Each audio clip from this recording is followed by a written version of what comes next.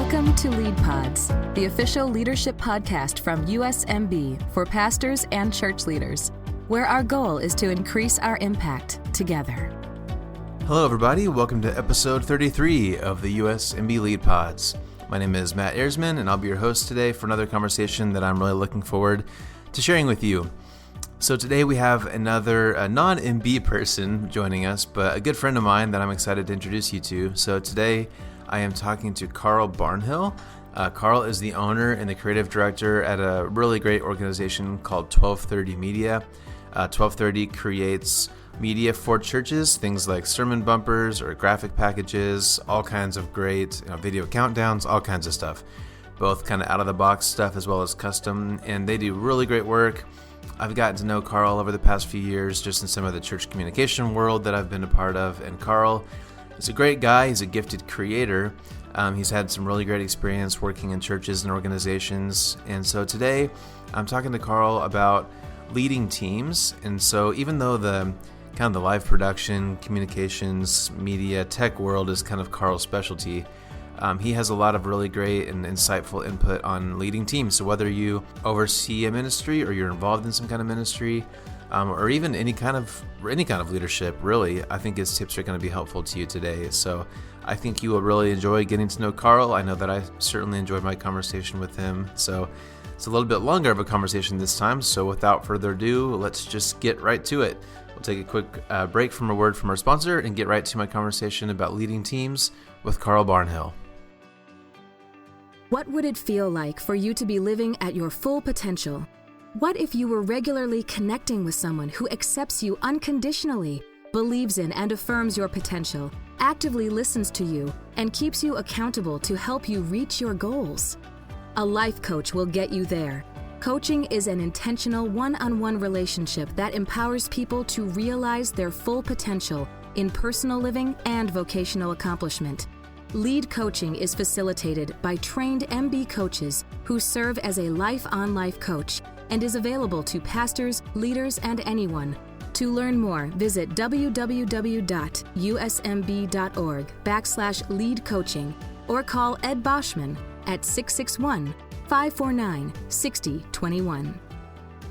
All right, my friends. Well, I'm excited to tackle a topic I'm really excited to share with you today. And I've actually got a friend of mine on with us today, and I'm excited to introduce you to Carl Barnhill.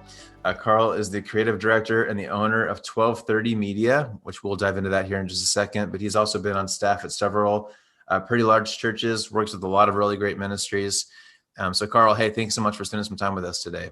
Matt, thanks so much for having me, man. Really, really appreciate it. Looking forward to hanging out.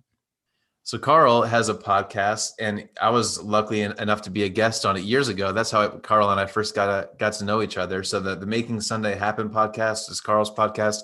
They've got 300 some episodes, so they've got a ton of podcasting experience. It's a great podcast for those of you who are in church leadership, especially if you oversee the media, the communication, tech, production, live production side of things. That's kind of Carl's specialty. So Carl, tell us more about 1230. What is 1230, and tell us more about what you offer.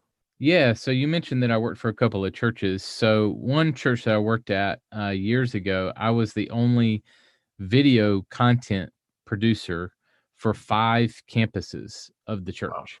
Wow. Yep. And so you can imagine I was frying at all sides of me trying to get that done.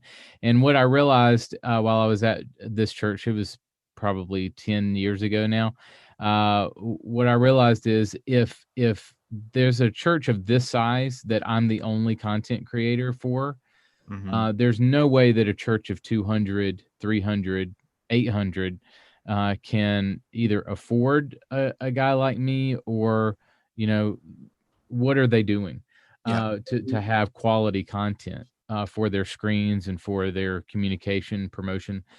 And so that's what kind of started this stir in me to create a ministry that serves churches and ministries with great quality graphics and video content, as well as try to keep the price down in a place that they can afford it for ministry.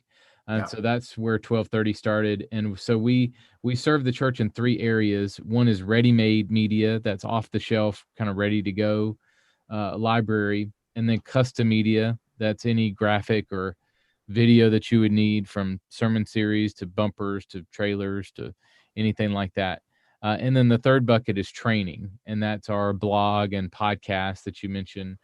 We have books on our site and some other training resources. So those three buckets: ready-made, custom, and training. And you make great stuff, man. I know, like I think you and I have talked before, and there's kind of this stigma that Christian media, church media is just sometimes not up to par, but the stuff that you produce, you and your team are excellent. So those of you listening, if you need a bumper or a sermon graphics package, add 1230 to your list of places that you look, because they provide really awesome quality content. So Thanks, man. Carl, you do a great job leading for all these different churches. And so today, we're actually kind of the framework for our conversation today is you wrote an article that we're going to dive into. And one thing I want to say up front is that we probably have some people listening who are in charge of media communication, Sunday morning production, but I know we have a lot of other pastors, or maybe it's a kids ministry leader or a youth leader. So we're going to go through some stuff, and some of it might be specific to the Sunday morning production. But honestly, Carl, the tips that you have here really work for really any level of leadership. These are just really solid tips for just leading ministry teams. And so you wrote this article, 8 things to never forget when creating your experience. And so let's just dive through there, Carl. You got 8 things. So Sure. The first one you have is just a reminder that we all know full well that ministry is just really hard. Can you just talk about that a little bit? Yeah, absolutely. And when we say, let's back up one step, and Sure. when we say creating your experience, we can be talking about the worship experience, but we are on Sunday or the weekend, we are creating an experience. Yeah. Whether that's in kids ministry, student ministry, first impressions, communications, production, any worship, any of those areas, pastoring, and teaching, we're creating an experience for our guests. Now, is that our hands doing it? Yes, but is it Holy Spirit led? Absolutely. And the goal of creating experiences is to see life change happen. We want people to experience life change, experience Jesus in a fresh way over the weekend. And so that number one is, ministry's hard. It just is. I've been in ministry for over 20 years now. And because I was a youth pastor when I was like 18 years old, 17, 18 years old. And then have stayed in ministry. And my dad's a pastor, and I've seen the dirty part of ministry, the behind the scenes, the deacons meetings and the business meetings, and the dirty. And a lot of people may not see that side of it. And we've seen that recently with, moral failures and things like that. There's a side of ministry that either people don't know about, or that people, pastors struggle. In fact, I was just doing some interviews with some pastors recently at a conference, and one pastor was sharing some incredible stats of how lonely it is at the top, and the divorce rate is the same. 50% is people that have gone through seminary and all this training, they still only last 4 or 5 years in ministry. So what something's going on here. And so that number one is just a reminder that ministry is hard, whether you're on staff or a volunteer. The spiritual element of leading people, and look, even though I've been doing it for a while, it doesn't mean I've fully arrived or have a lot of expertise in this area. I've seen it over the last few years, and it's hard. So and I think there's a spiritual warfare, spiritual element to what we do that's different than serving up Chick-fil-A sandwiches. And I've worked at Chick-fil-A. But I mean, the corporate world or another job, and I'm not downplaying that there's not spiritual warfare there. Sure. But when you are in ministry, the devil hates seeing life change. And so ministry's hard. So there are a few different ways that I've written down to stay focused on ministry. So I'll hit on a couple of these. Yeah, great. Now, again, I am not perfect at these. This is a daily struggle for me and all of us. But a couple of things is to schedule intentional time with Jesus. I mean, I know that sounds pretty basic, but that's something that I continue to struggle with. So that's reading my Bible, praying, spending time with the Lord. And then another one is knowing that spiritual attacks are going to come from places that you least expect. The spiritual attack might come from your spouse or a high power leader in your team, even that you're like, whoa, I was not expecting that. So another thing is to communicate with the people closest to you. Just think if you're a tech guy or worship leader going into Christmas and Easter, like your spouse needs to know what's coming.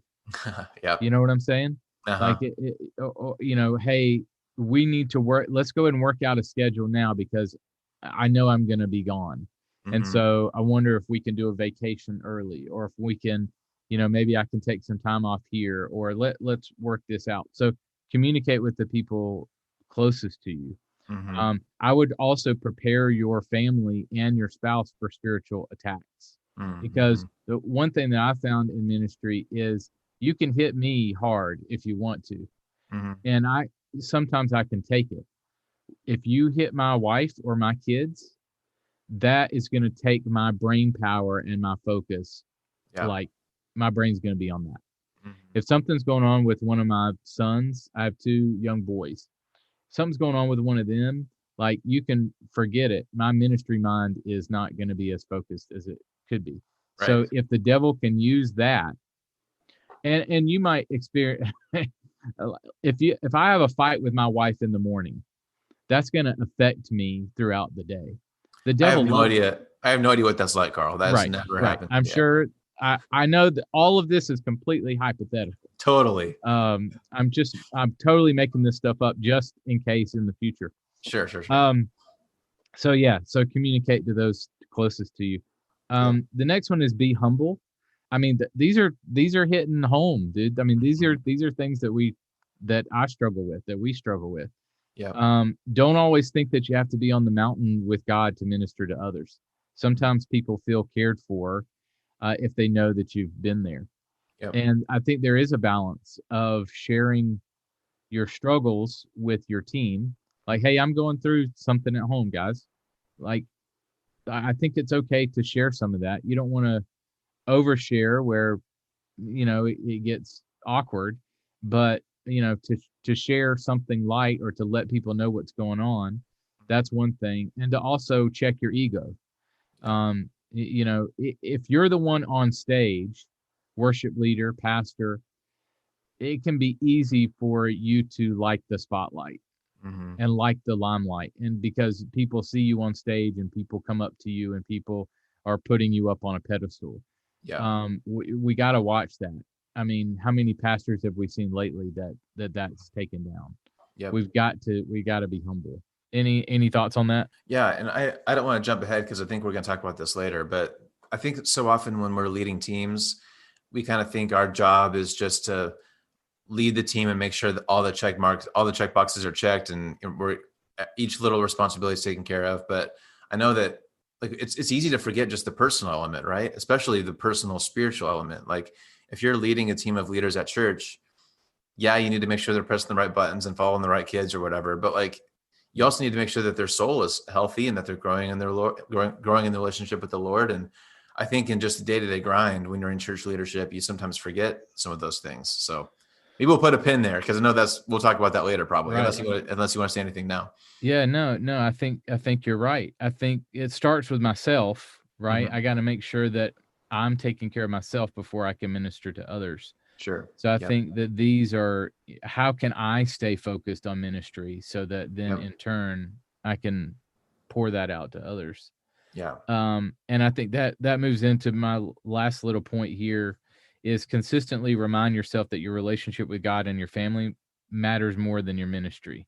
Yeah. I think that's how God has set it up, that our relationship with him is first, then our family and the responsibility he's put on us as husbands, fathers, wives, like our family comes first. And sometimes that might mean, I'm sorry, Pastor, I have a commitment on Friday night or Saturday night. I know that's a great idea, but I already have a commitment with my family. Yep. And I can't come in late and prepare your sermon that you were supposed to be done 2 weeks ago. I can't. Totally hypothetical once again, right? It's not always the case. I'm picking on pastors some, but I think there is a healthy no, Yep. and sometimes that might not go over well. Mm-hmm. But I think at the end of the day, my responsibility is to God first and then my family. And so there's Yep. going to have to be some boundaries there. Your family comes before your ministry and your church. Yep. And that's so important if you want to have any kind of longevity in the church, right? Like if you want to be in this for the long haul, you can't bring yourself out in the first couple of years, and you can't let your family start hating the church because it takes you away from your family. So like if ministry is important to you, if you want to do this, you got to set those guardrails up or you're going to be in big trouble and you're not going to make it very long. So Right. And if our divorce rate is 50%, something's going on. Yep. We're not, we're there are times when we're not prioritizing our family over our ministry, and our family life is suffering when we think it's good, and then it blows up on us. Yep. Dude, we're hitting hard here. I mean, this is real stuff. Yeah, it's important. I'm really glad we're going to that. And I'm glad that we started there. Again, we'll get into some details, but it starts with your relationship with God and keeping that a priority and making sure that you're healthy so that you can actually lead a solid team. So, right. All right. Well, hey, let's jump to point number 2, which we briefly hit on this, the whole idea of creating an experience. And again, we're so quick to get to details, I think, about things that need to happen in kids ministry, or the ushers need this or whatever, but talk about the importance of just creating a really great experience on a weekend. So this is one thing that I wanted as a team leader, I want to stress to our team. And you hit on something that we'll talk more about later, and that is caring for the person over the task. Mm-hmm. We want to care more about who they're becoming. But with this one, remember that you're creating an experience. So you're not just tech people. You're not just pushing a button. You're not just moving a fader. Worship leaders, you're not just singing a song. All of you as a team, worship leader, tech, pastor, all of you together, all teams involved, first impressions, all of you are creating an experience where people meet Jesus and take their next step with him. Mm-hmm. So if we put that in perspective, that all of us combined are creating this experience, it could possibly take away some of the tension. Meaning, I'm not going to sit in the tech booth and go, gosh, that worship leader, they never do the song the same way that we practiced in rehearsal, blah, blah, blah, blah. Mm-hmm. It's going to be, you know what? He's feeling the Holy Spirit lead a direction.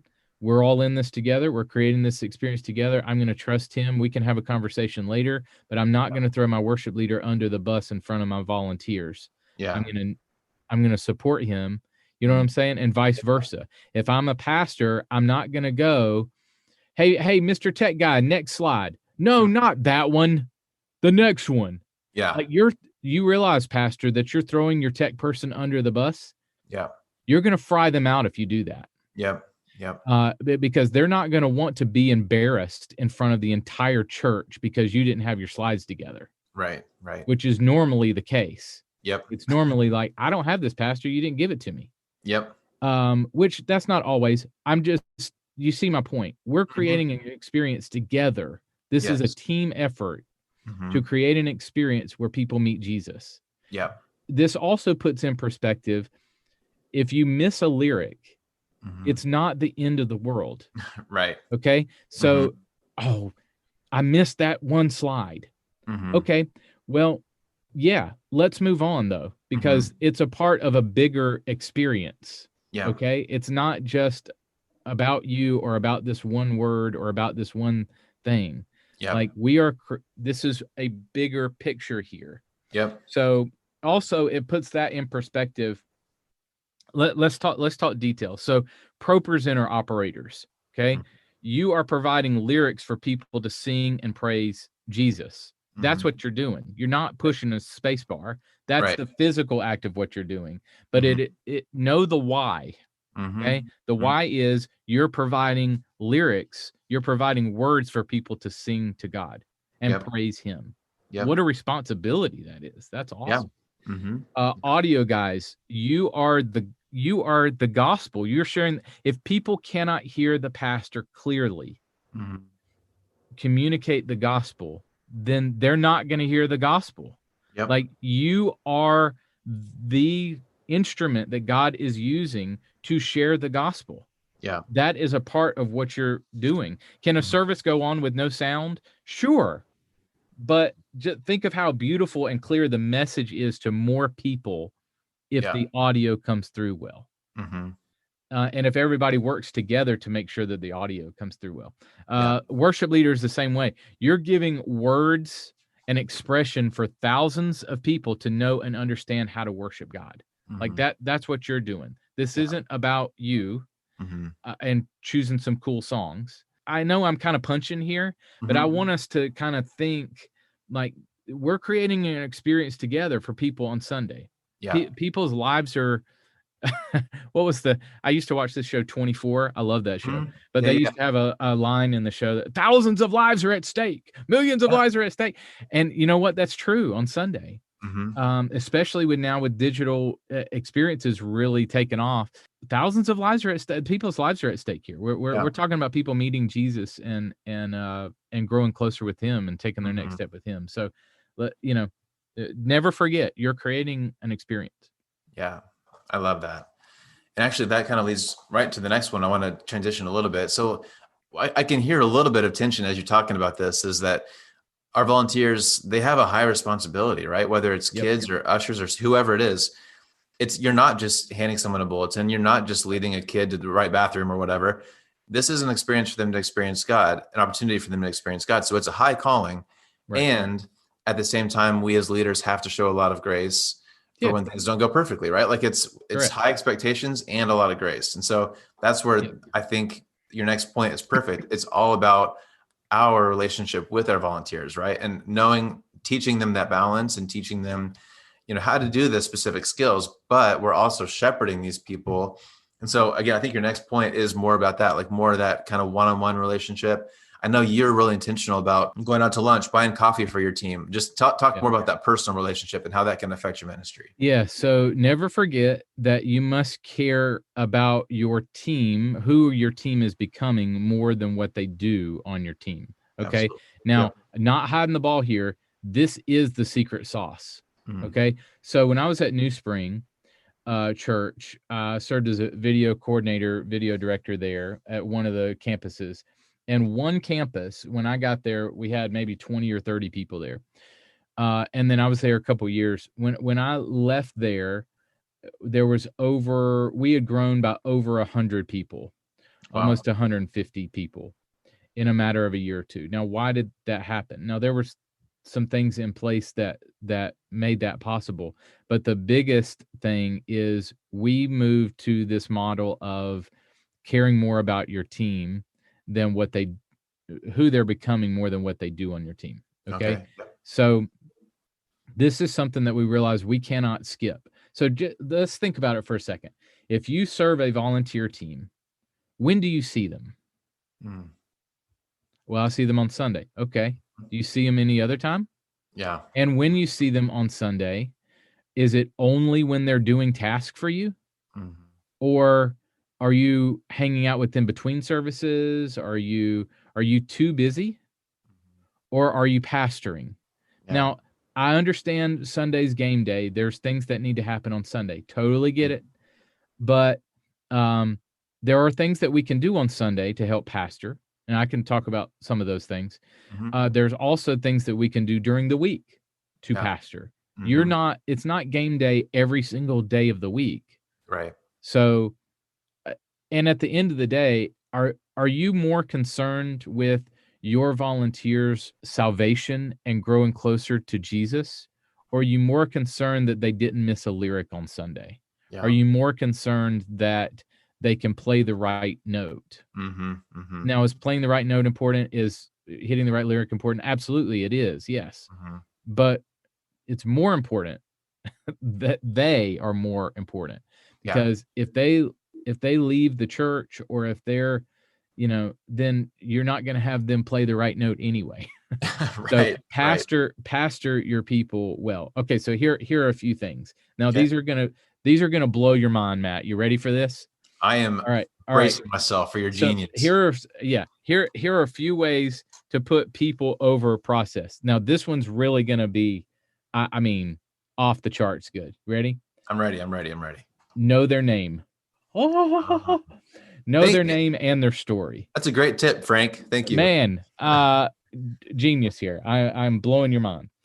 All right. So I know this sounds silly, but knowing somebody's name and knowing their story can go a long way. Yeah. So introduce yourself to as many volunteers as you can and write things down. And I'm not trying to be creepy here. Okay. Mm-hmm.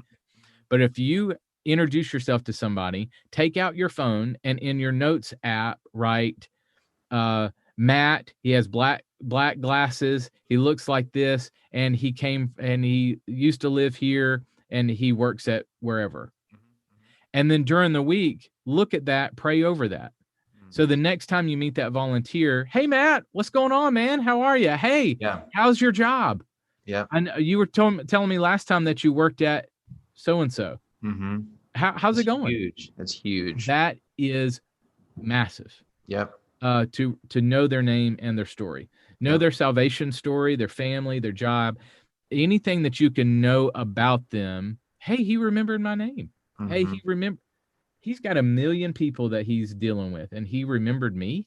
Yeah. That shows me that he cares. Yep. They're not going to say that out loud.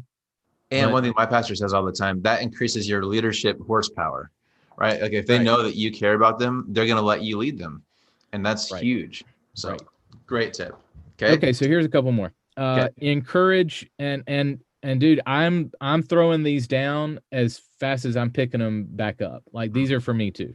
Okay. Yep, I get it. Encourage 3 times more than you critique. Now, this isn't like you're keeping score here, but just kind of mental notes of, hey, camera 1, get that shot, bud. Come on. Mm-hmm. Like that would be a critique. Yeah. So the next song, camera 1, man, that is an awesome shot. I love the way you did this. Mm-hmm. And then when they come back, dude, you killed that shot, man. Yes. Like, okay. So and specifics, right? I know, like, correct. Dude, guitar players love this. If you can say, oh, that solo in the middle of the second verse of Cornerstone, you killed it. Right. Their eyes just light up because they know exactly what you're talking about, and that gives them fuel to keep going. So, yeah, exactly right. So sandwich, critique with compliment, go overboard with compliment. Now, one thing that I found too is even if I'm an encourager, but even if I wasn't, I need to push myself to that, or I need to have people around me that have skill sets that I don't. Yep. So if I struggle with encouraging people, mm-hmm. I need to have someone there on Sunday that their whole job is to help me pastor people. Yep. That's good. Yep. Now, I don't know if that always works. I mean, it does come down to me because I don't want people to think that I'm a total jerk if all I'm doing is critiquing people. So I need to be aware of that. All right, here's another one. Schedule 2 or 3 times a week where you intentionally spend one-on-one time with volunteers. Mm-hmm. So let's say I used to get picked on a lot because I would schedule like Tuesday and Thursday. Like I always go to lunch I'm always going to lunch with somebody on Tuesday and Thursday. Man, Carl, you are always going to lunch with somebody. Mm-hmm. Yes, I am. Mm-hmm. But you know what? I'm not going to say this out loud because it sounds bad, but we have 10 times as many volunteers as your team does. So pick on me all you want. That's fine. Mm-hmm. I'm not going to say that out loud. It sounds mean, but schedule times where in your week, because if it's not on my calendar, it's not getting done. Yeah. And so if I can be intentional about, hey guys, every Tuesday and Thursday, somebody of the same gender as me, I will go out to lunch with, or if a few of us want to go out, I'm available every Tuesday and Thursday. So let's do this. So, hey man, are you free on Tuesday? I'd love to. Where's a good place to meet? I know that you work at wherever. Let's go meet right over there close. Mm-hmm. So be intentional. And it doesn't have to be lunch. It could be, hey, swing by the church one day. Mm-hmm. Don't just say that flippantly either. Are you available this Tuesday at 3:00? I'll be hanging out in the sound booth that afternoon. I'd love for you to come by because I'm going to be doing Pro Presenter lyrics. I can show you some stuff. Mm-hmm. Mm-hmm. Get specific. It's Yep. 3:00 on Tuesday. That's when we're going to do it. So be intentional and schedule it. And that's so good. I think, all of us just, it feels like we're too busy to do that, right? Like if I know for myself, that'd be an easy excuse for me to make. I know everyone listening probably thinks the same thing, but that's how ministry happens, right? I mean, you as a leader can't do everything. You need volunteers. You need to know what's going on in their life in order to be an effective leader. So I can hear myself and everyone listening shrugging off this idea because it sounds like we wouldn't have time to do that. But you're so right. That is so important. And we all need to do a better job at that. Okay, I'll hit these next couple really quickly. So give them grace when they mess up. We talked about that some. Yep. Your Sunday morning is not going to be 100% flawless. You're using volunteers. Yep. Okay. Yep. Hey, pastor, know that your other teams are using volunteers. Right. Okay.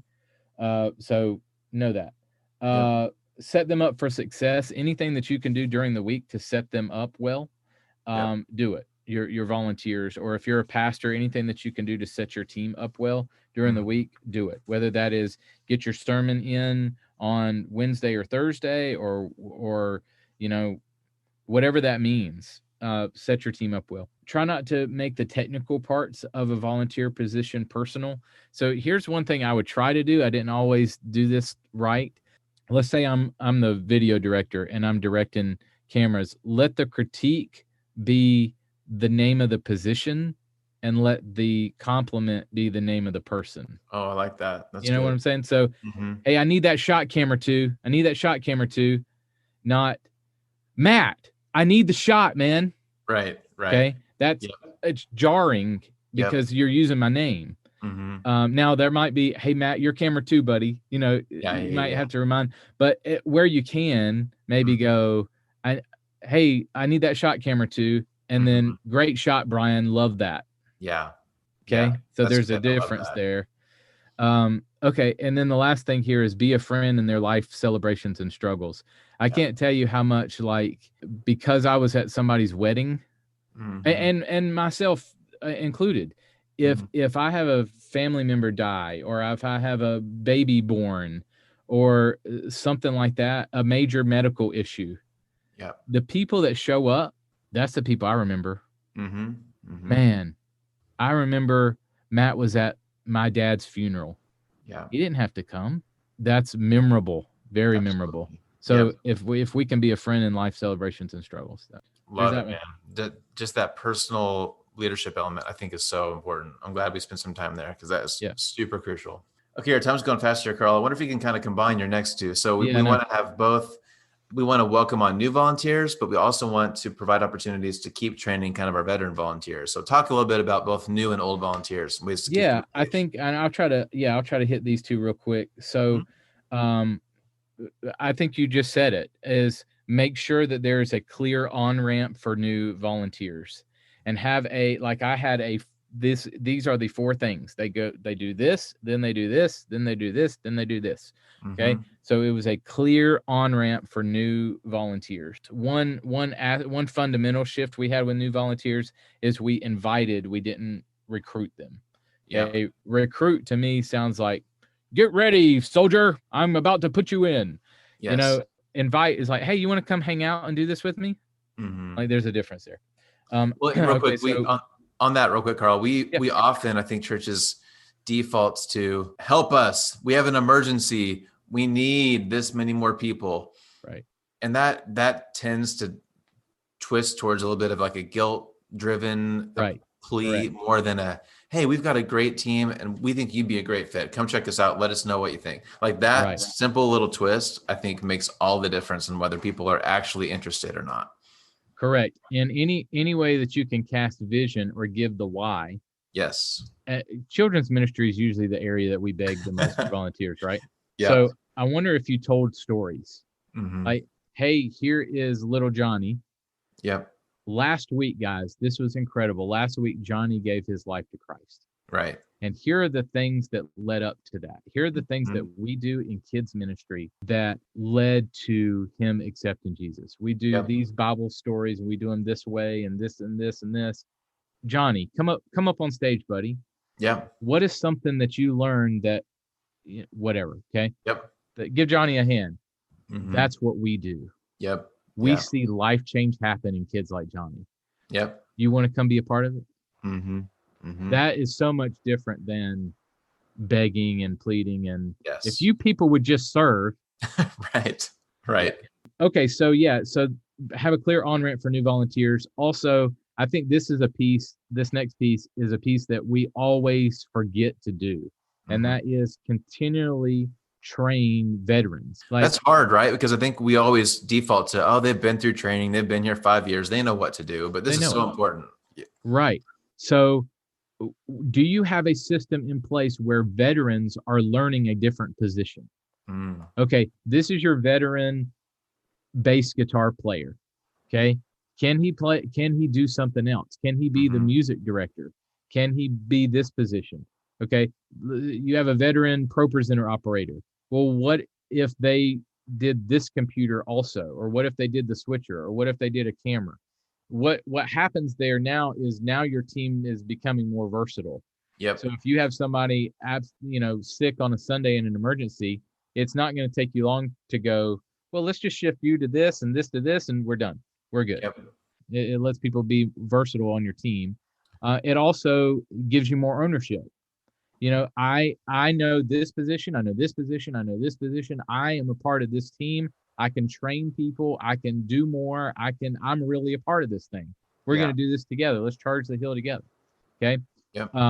So provide training opportunities for new people and veterans. And with that veterans piece, real quick, from your experience, Carl, is there ways that you can do that? Like, I know for some of my volunteers, if I were to ask them to come to further training, they might kind of take that as like, oh, I'm not doing a good job, or I'm slipping up, or this other guy's doing better than I am. I guess part of it is just having that as your culture all along, maybe. But Yep. any tips on handling that? Yeah, I would say don't hide the ball. Exactly what I just said. Mm-hmm. Hey guys, we are creating an experience. And so what we love to do is we're looking for people that are in this thing with us because we want to see people's lives change. We want to see people meet Jesus and take their next step with him. That's what we're about.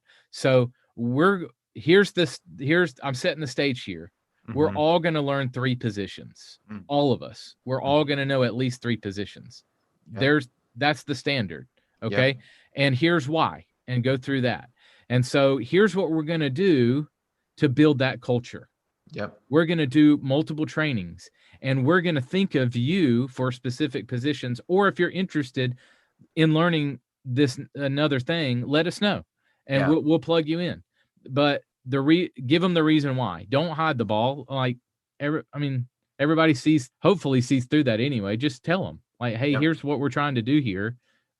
We need it, we want everybody to be a part of it and to have ownership and that. So man, we're flying. I feel like all of these could be an episode by themselves. We've got 3 more things to try to hit very quickly. So again, we've talked about this a little bit, but just want to hit home your point number 6 here, that service matters. Just tell us more about that. Yeah. So this was one that I get really passionate about because this is the why behind volunteer. Your service really does matter. So let me give you a story. I could talk details, but I'll give you a quick story here. During like an invitation song, if somebody, let's say there's a position that's not doing much during that invitation closing song, and from a production standpoint, and if I wasn't, like, if all the positions are taken care of, I would grab that person and say, hey, come here for just a second.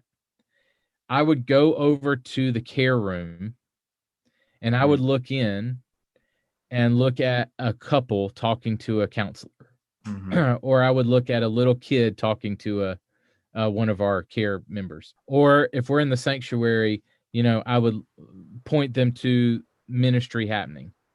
And I would say, hey, look at that. Look at that couple right there. You realize that you are creating an experience where those lives are being changed right now? Mm-hmm. You're not just pushing a button. Yeah. We're creating an experience. Your Yeah. service matters Mm-hmm. today and Mm-hmm. every time you come in here. Thank Yeah. you for what you do, because that life is being changed right this moment. You see it. Yep. That's what you do. That's Yep. what we do as a team. Yeah. So anything, and it might not be that specific, but anything you can do to put the why in front of your team to show them that you can email them testimonies. You Mm-hmm. can have a closed Facebook group where you share stories. You Mm-hmm. can have somebody come in on Sunday and share their life change experience of what happened in a worship experience or through worship experience Mm-hmm. from your team's work. Like, there are multiple ways that you can do that, but find different things that you can do to remind your team that their service makes a difference, matters. Absolutely. And that's good for us as leaders too, right? I think most leaders that I know, at least, we have a tendency just to focus on the task, just get things done. And Right. I think if we're on autopilot, we might just breeze past those moments and forget that really awesome things are happening right in front of our eyes. We're too busy pressing buttons or chasing kids or grabbing donuts or whatever that we don't pay attention to those kingdom moments happening all around us. So it's good Right. for the leaders too, I think. I would be super encouraged by that. And also take a veteran volunteer and have them take that person. Yeah, that's good. Okay. I don't have to do that every time. Yep. Like, if you can help create that culture, which kind of leads us into our next one, Yeah. and that is never forget to be active in creating the culture that you want to see. I'll Yeah. give you an example of that. When I first came to New Spring in the production space, and I know I'm using examples of that, Mm-hmm. but this can really apply to any ministry setting. So I would walk into the production room and everybody would be in the dark on their phones during downtimes, Mm-hmm. playing Candy Crush, whatever. Yep. Okay. And I'm like, we're going to change that. Outside of our production space, I added couches. I added a TV with the feed of the service. We had like a warehouse. Now, this might not be your case, but if you can create some spaces, do it. We put a refrigerator, we put a counter space, we put a table. We had like our own little space back there. Mm-hmm. Okay. And I would put like decks of cards. Mm-hmm. I'd put board games because I had the volunteer team serve all day. So Mm-hmm. there were a lot of downtimes between services, 30 minutes, 45 minutes between services or whatever. So I would go in and I would turn the lights on and I would have things out there. I didn't have to say, hey, everybody, we're going to play this game. I didn't have to do that. I just created the culture. Yep. And if there's a deck of cards right there, somebody's going to pick it up and start playing solitaire. And then somebody else is going to come, hey, you want to play something else? Hey, and it builds. Yep. So put the opportunities in front of people. One other thing I would do is I would have envelopes and note cards, thank you cards that were blank with a list of all new volunteers. Okay. And I would have instruction and I would just say, hey, write an encouraging note to one of these new volunteers. Put it in the envelope. I'll address it and mail it this week. Yeah, that's cool. And I just laid it in the middle of our spaces with just a little note. Yep. And every Sunday afternoon, without fail, I would pick up that stack of envelopes because somebody's going to do it. So now I've created something that's not Candy Crush that they can do that creates the culture that I want to see. Yep. I want to see people laughing and having fun together. Yep. I want to see people encouraging new people. And I mean, like, that's the cult. So, but that is my responsibility to do that, to create that culture.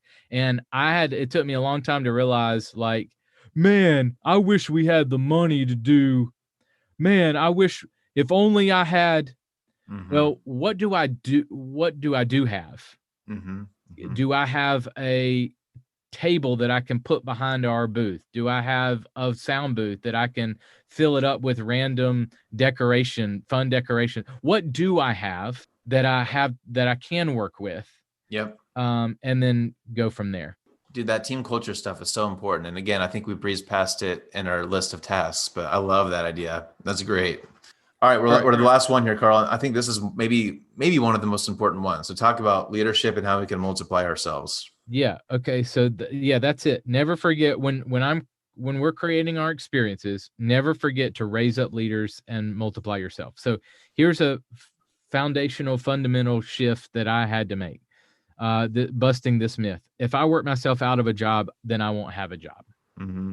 I don't believe that. I would rather take on a job, pass it off, and get another job and pass it off, and get another job and pass it off. That's not to say that we don't need to hire competent church staff members. Mm-hmm. And there might be some positions that you cannot give away.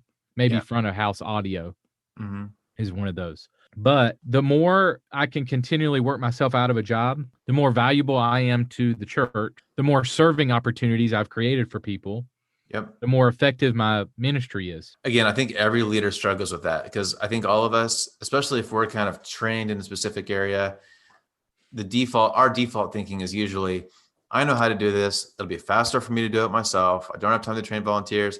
The volunteers don't have as much skill or experience. Let me just do it. That's the easiest thing to do. But you work yourself into a ceiling. Like there's only so much you can do if that's how you're operating. So I think that is something that's so hard for leaders, but we have to learn it. So as staff members, am I creating a structure on the team where I can work myself out of a job? Or have I made the structure where it only has to be me? Right. So think through that. And then also volunteers, are you stepping into those opportunities? Leaders, are we casting vision where volunteers will step in? And so I would encourage volunteers that if you step into more leadership roles, it allows you and your team to have a bigger impact in creating your experience, because only your leader can only do so much. Right. And so if there's multiple leaders, then we can all accomplish a lot more. And it's also a gift to your staff leader, and it maximizes his ministry.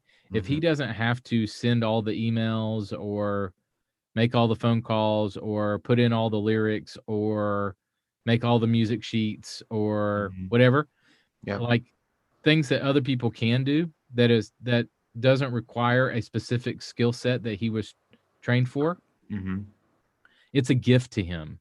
Yeah. Because it helps him or her maximize their ministry and do more of what God has, really called them to do, which is probably pretty specific because they've probably trained for it. So volunteers, it's a gift. It's just that team mentality, right? Like if we're on the same team, if we all have the same why, the same purpose, the same goals, of course we're going to accomplish more if our teams are bigger, first of all, and then they're able to work together and know each other's skill sets.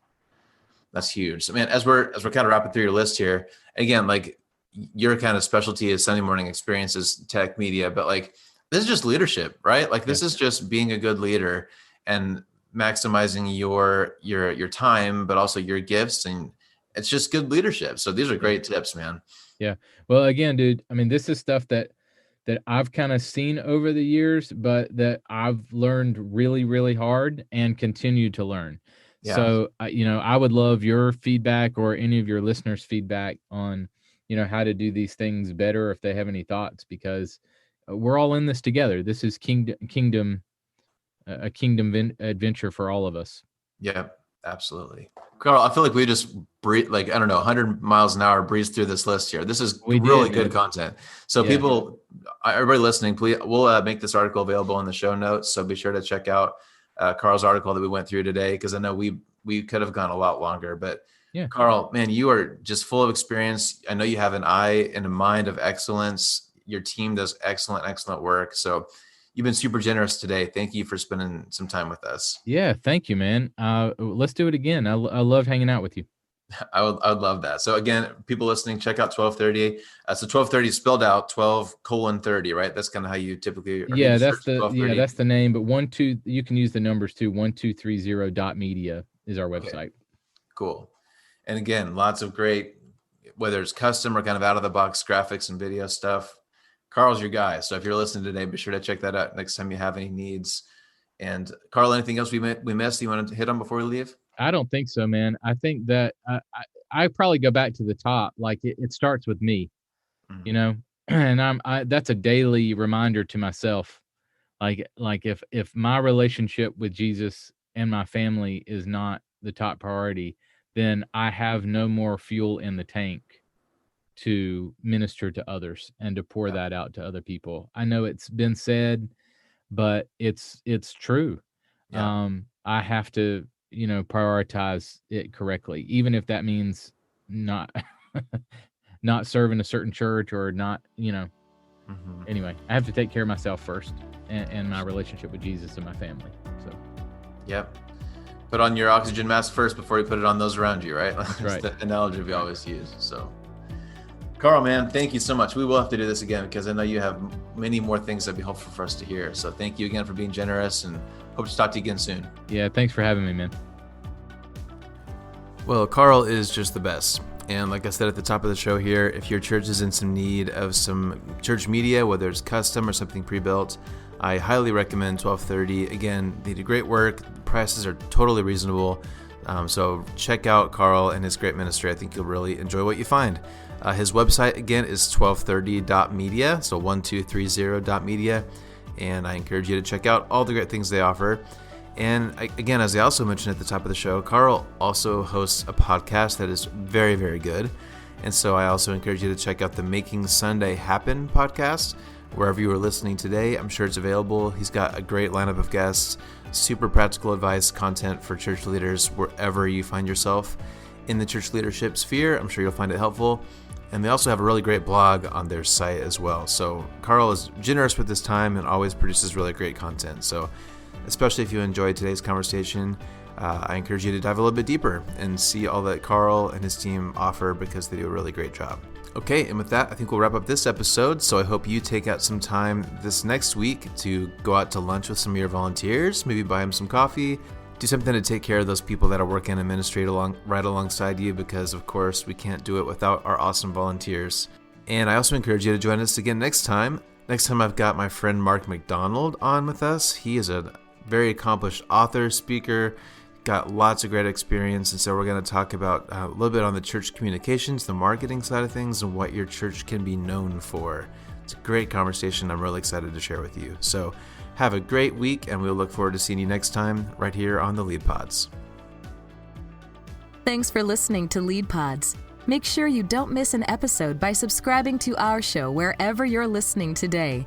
Learn more by visiting usmb.org. And be sure to follow us on Facebook, Instagram, and Twitter. We'll see you next time as we learn more practical tools to increase our impact together.